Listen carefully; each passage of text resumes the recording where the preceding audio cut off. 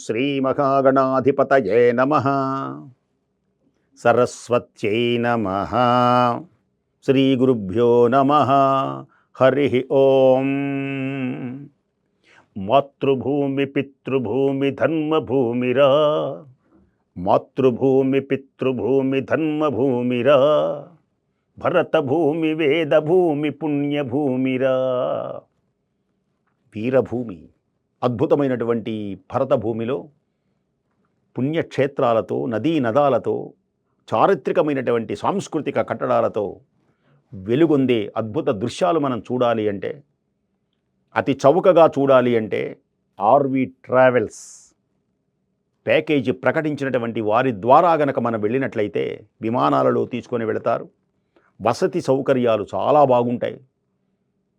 చలిలో కూడా చలి అనేటువంటి బాధ లేకుండా మన ఇంట వెంట జంట ఉన్నట్లుగా ప్రేమతో వారి సేవకులు మన వెంట ఉంటారు. వాటిలో అనేకమైనటువంటి ప్యాకేజీలు ఉన్నాయి. మరొకటి ఒడిశా ప్యాకేజ్. ఒడిశా అంటే ఒరిస్సా ఈ బృందం అంటే ఒక్కొక్క చోట ఒక్కొక్క విధానానికి ఉంటాయి. ఇది ఈ విభాగంలో ఏమేం చూస్తాం. అసలు ఒరిస్సా అనగానే అలా భువనేశ్వర్ మన జ్ఞాపకం వస్తుంది. భువనేశ్వర్ శివలింగరాజ ఆలయం, ముక్తేశ్వర ఆలయం, రాజారాణి ఆలయం, పరమేశ్వర ఆలయాలు మనకు దర్శనమిస్తాయి. ఒరిస్సా, ఒడియా అదొక సాంస్కృతి సంప్రదాయాలు. మనకు ఆంధ్రలో ఒక నాట్యం ఉన్నది, దాని పేరు కూచిపూడి అంటారు. తమిళనాడులో ఒక నాట్యం ఉన్నది, దానిని భరతనాట్యం అంటారు. అలాగే కేరళలో ఒక నాట్యం ఉన్నది.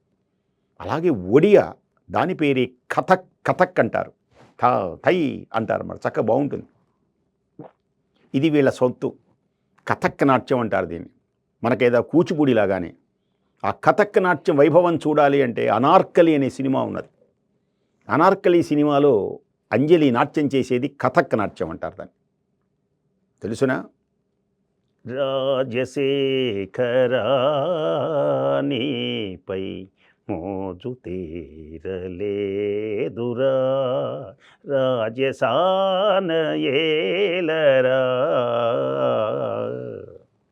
అదొక అందమైనటువంటి నాట్యం. అలాగే ఈ ప్రదేశం, ఈ ఒరిస్సా అనగానే ఇంకొక విశేషం, కోణార్క్ దేవాలయం నమస్కారం చేసుకోవాలి. దీని పేరే సూర్య దేవాలయం. అత్యద్భుతమైనటువంటి వైజ్ఞానిక దర్శనం, పుణ్య దర్శనం రెండు ఉంటాయి. అసలు ఎలా కట్టారు ఇది? సూర్య కిరణాలు సరాసరి ఆ లోపల ఉన్నటువంటి సూర్య భగవానుడి మీద పడతాయి. అత్యద్భుతమైనటువంటి ఏ ఋతువులలో ఎలా ఉండాలో తెలియచేసే వైజ్ఞానికమంతా ఉన్నది. దీనిని ఆంగ్లేయులు కొందరు పాడు కూడా చేశారు. అద్భుతమైనటువంటి చక్రాలు. అసలు ఆ గుడే రథం. సప్తాశ్వరథమారూఢం, 7 గుర్రాలు కలిగి ఒకే ఒంటి చక్రం మీద మహానుభావుడు అత్యద్భుతమై వెలుగొందుతూ ఉండే బయలుదేరేటువంటి సూర్య భగవానుడు. ఈయన ఈ ద్వాదశాదిత్యులు కూడా మనకు దర్శనమిస్తారు. ఆ రథానికి కూడా చక్కని రేకులు మనకు ఉంటాయి, 12 రేకులుగా. ఆ రేకులే 12 రాసులుగా, అలాగే 6 విశేషములతో మనకు ఆకులతో ఉంటుంది. వీటిని ఋతువులు అంటారు. వసంత ఋతువు. ఋతువులు ఏర్పడాలన్నా సూర్యుడే, వర్షాలు రావాలన్నా సూర్యుడే, పచ్చని పంటలు పండాలన్నా సూర్యుడే, ఆరోగ్యం ఇవ్వాలన్నా సూర్యుడే, భూమి చెలించాలన్నా సూర్యుడే, వెన్నెల కాయాలి అన్నా సూర్యుడే. అసలు అన్నిటికీ సూర్యుడే. బ్రహ్మ విష్ణు మహేశ్వర స్వరూపుడై ప్రకాశించే అద్భుతమైనటువంటి ఆలయం సూర్యదేవాలయాన్ని. అలాగే పిపిలి హస్తకళలకు ప్రత్యేకం. మనకు ఆంధ్రభూమిలో కొండపల్లి అని ఉంది. కొండపల్లిలో బొమ్మలు అలా ఊగుతూ ఉంటాయి తలకాయ వరకు. అలా టేబుల్ మీద పెట్టి ఊరిక అలా చిటిక వేయగానే నడుములు, తలకాయ.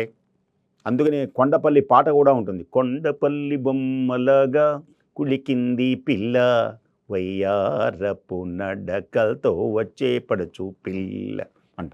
అలా వయ్యారాలు పోయేటువంటి విధంగా మనకు ఎలా ఉన్నదో అలాగే బందరు ఇలా హస్తకళలకు, కలంకారీ వాటికి ఎలాగ ప్రసిద్ధో అలాగే ఇక్కడ పిపిలి అనేటువంటి ప్రదేశంలో హస్తకళలకు చాలా గొప్పదైనటువంటి ప్రదేశంగా మనకు దర్శనమిస్తుంది.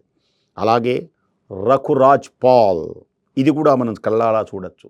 సాంప్రదాయికమైనటువంటి కళలకు గ్రామమై వెలుగొందుతుంది. అలాగే సాఖీ గోపాల్ కృష్ణుని యొక్క దివ్యమైనటువంటి ఆలయం మనకు దర్శనమిస్తుంది. అసలు ఆ ఒరిస్సా అనగానే పూరి తలుచుకోకుండా ఎలా ఉంటాం? పూరిలో జగన్నాథుడు జగన్నాథుడు ఆడు సముద్రంలో నుంచి కొట్టుకొస్తూ ఉండే ప్రతి సంవత్సరం బలరాముడు, కృష్ణుడు, సుభద్ర వాటిని కళ్ళు మూసుకొని చెక్కుతారు. ప్రాణప్రతిష్ఠ ఉంటుందన్నమాట. అక్కడ మెత్తగా ఉంటుంది. దానిని భగవంతుని యొక్క దివ్య సందర్శనాన్ని లోపల ఉన్నటువంటి వ్యక్తి ఆ చెక్కలని చెక్కడం పెద్ద కథదంతా. ఇంద్రజుమ్నుని కథ, ఆ శిఖరం మీద అద్భుతమైనటువంటి జెండా ఎగరడం దానికొక కథ. వేలాది మంది భక్తులతో కళకళలాడి హే కృష్ణ అంటూ, అలాగే మహారాజు కూడా అక్కడ చీపురుతో కోటికి పడగెత్తిన వాడైనా ఎవడైనా పేదవాడైనా భగవంతుని మీద సమానమైన అక్కడ ఆ చిమ్ముతాడు. ఒక సంప్రదాయం. మహారాజు గారు వచ్చి ప్రతి సంవత్సరం కూడా అలాగే ఆనంద సంతోషాలతో ఆ రథం కదులుతూ ఉంటే జగన్నాథ రథ చక్రాలు అంటారు వాటిని. కృష్ణయ్య నీవే గోపదేవుడవు, కృష్ణయ్య నీవే గోపదేవుడవు, శ్యామా నీవే గోపదేవుడవు,